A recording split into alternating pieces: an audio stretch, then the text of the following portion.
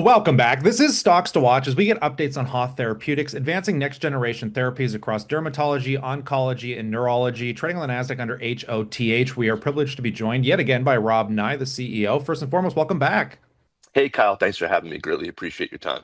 Yeah, such a pleasure to get you on. And I just want to dive into this because you recently submitted a new patent filing around the development of HT-001. We'll talk about the filing in a moment, but maybe for newer audience, do you want to talk about this topical gel you're developing and kind of what it's used for? Before we continue, be sure to subscribe to our channel and ring the bell to get notified about our latest videos.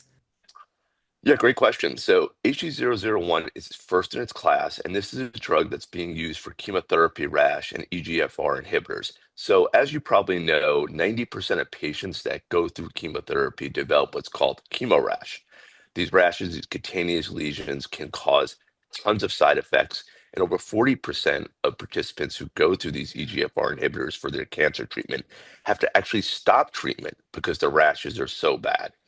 So we're in the clinic with this. We've submitted some of our data to the investment community to look at. All patients were able to continue their treatment and all patients' rashes resolved. So we're really excited about this. This is an unmet need and we're the first in the clinic to do this. No, really intriguing. Do you want to talk about the efficacy just a little bit so far and what you're seeing? Sure. So as we noted in our releases, the patients who have gone through the first cohort so far have all had their rash resolve. All patients were able to continue the treatment. So if you think about that in two ways, as I mentioned, 40% of patients have to stop treatment. No patients had to stop treatment. All these patients developed the rash. All the patients treated, their rash resolved while using HT-001. So pretty exciting, signal that we received so far from the trial. Yeah, and diving a little bit deeper here, what makes this gel so unique compared to other therapeutics out there that aim to kind of address a similar issue? Great question. So, as you probably know, and as your audience is aware, there's nothing really out there for this. The only thing that docs will tell you is either, your life's at risk, you need to continue treatment, or your treatment and you're getting these rashes that are so bad that we'll stop treatment for a while and see if they resolve. Otherwise, we could try corticosteroids, antibiotics, other gels, over-the-counter stuff that just doesn't work to try to ease the pain. We're the first drug that's showing a signal in a trial here for these EGFR inhibitors that people are going through cancer treatment that is showing, hey, the rash is stopping. We're resolving the rash. Patients are able to continue their treatment. So it's pretty exciting on our behalf. Yeah, this is great. I wouldn't mind diving a bit into the patent filing that aims to expand HT-001's therapeutic reach. What do you aim to include now with those new patent filings? So currently with HT-001, we're treating patients that are going through EGFR inhibitors for their cancer treatment. But there's lots of new drugs out there that are currently coming to market for cancer treatment. And what we're finding is what's the number one side effect?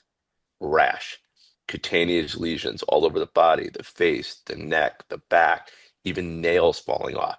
And HT-001 addresses this. So we think, we want to have more of a moat, more IP for our investors, for patients to be able to bring this, this great formulation and great therapeutic to market, and hit these other areas where new drugs are coming out. So those patients who are going to be treated with those drugs can also use HT-001. Yeah, and what makes those inclusions so important for what HT-001 can achieve? Right. So currently, as I mentioned, we're going after, the EGFR patients that are being treated with EGFR inhibitors. So as these new drugs come to market, insurance companies or docs might not prescribe HT-001 if they don't know about it or can't cover it because it's not for that indication of these new cancer therapeutics. By filing these patents, doing preclinical and clinical work on it, those patients will then be able to use this drug. Docs will be informed of it, and insurance companies hopefully will cover it as well. As you know, many patients that go through, cancer treatment, they can't work or their income is stopped, and insurance is so important, to cover those patients.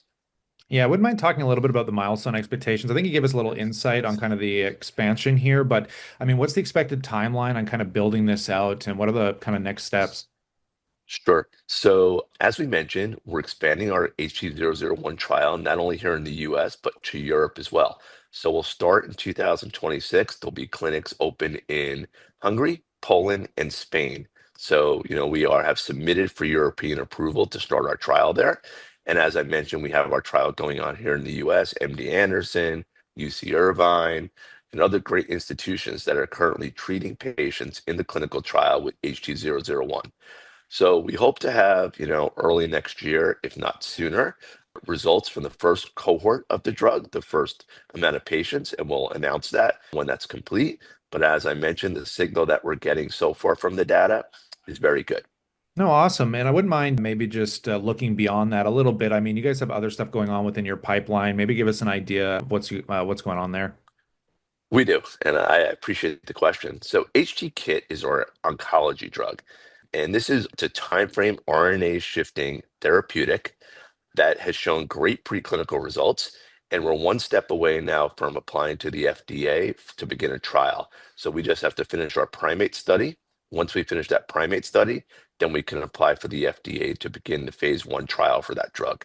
And just so you know, the FDA was pretty impressed with that drug. They gave us orphan drug status. So that's a big deal. It gives us more time on the drug, protects us for a longer time IP wise as well. And that's out of NC State, developed by Dr. Glenn Cruz.